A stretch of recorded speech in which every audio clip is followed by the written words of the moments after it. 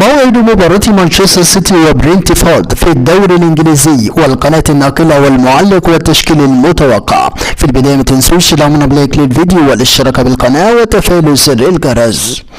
يستعد مانشستر سيتي لاستضافة برنتفورد في الجولة 16 من منافسات الدوري الانجليزي الممتازة، ويستكمل مانشستر سيتي حملة الدفاع عن لقب الدوري الانجليزي حين يستضيف برنتفورد ليواصل صراعه مع ارسنال على صدارة الترتيب قبل انطلاق منافسات كأس العالم.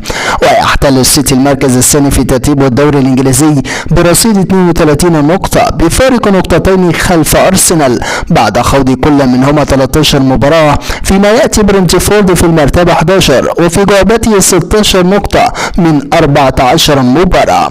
أما عن موعد المباراة، موعد مباراة مانشستر سيتي وبرنتفورد هو اليوم السبت الموافق 12 نوفمبر 2022، وستنطلق صافرة بداية المباراة في تمام الساعة 1:30 ظهرا بتوقيت الجزائر والمغرب وتونس، 2:30 ظهرا بتوقيت مصر وفلسطين والأردن وسوريا والسودان ولبنان وليبيا، 3:30 بتوقيت السعودية والعراق والكويت وقطر والبحرين واليمن، 4:30 بتوقيت الإمارات وسلطنة عمان. أما عن القناة الناقلة للمباراة، تذاع مباراة مانشستر سيتي وبرنتفورد على مجموعة قنوات بي إن سبورتس القطرية، وبالتحديد قناة بي إن سبورت 1 اتش دي بريميوم.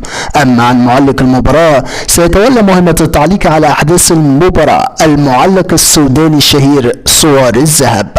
أما عن تشكيل مانشستر سيتي المتوقع أمام برنتفورد، فمن المتوقع أن يبدأ بيب جوارديولا بتشكيل مكون من: في حراسة المرمى إدريسون، في خط الدفاع ستونز، أكانجي، أكي، كانسيلو، في خط الوسط رودري، جون ديجان، جيفن دي بروين، في خط الهجوم برناردو سيلفا، فيل فودن، إيرلينج هالاند. متابعينا الكرام، نحن في انتظار نتيجة توقعاتكم عن المباراة في التعليقات، ولا تنسوا الاعجاب بالفيديو والاشتراك بالقناة.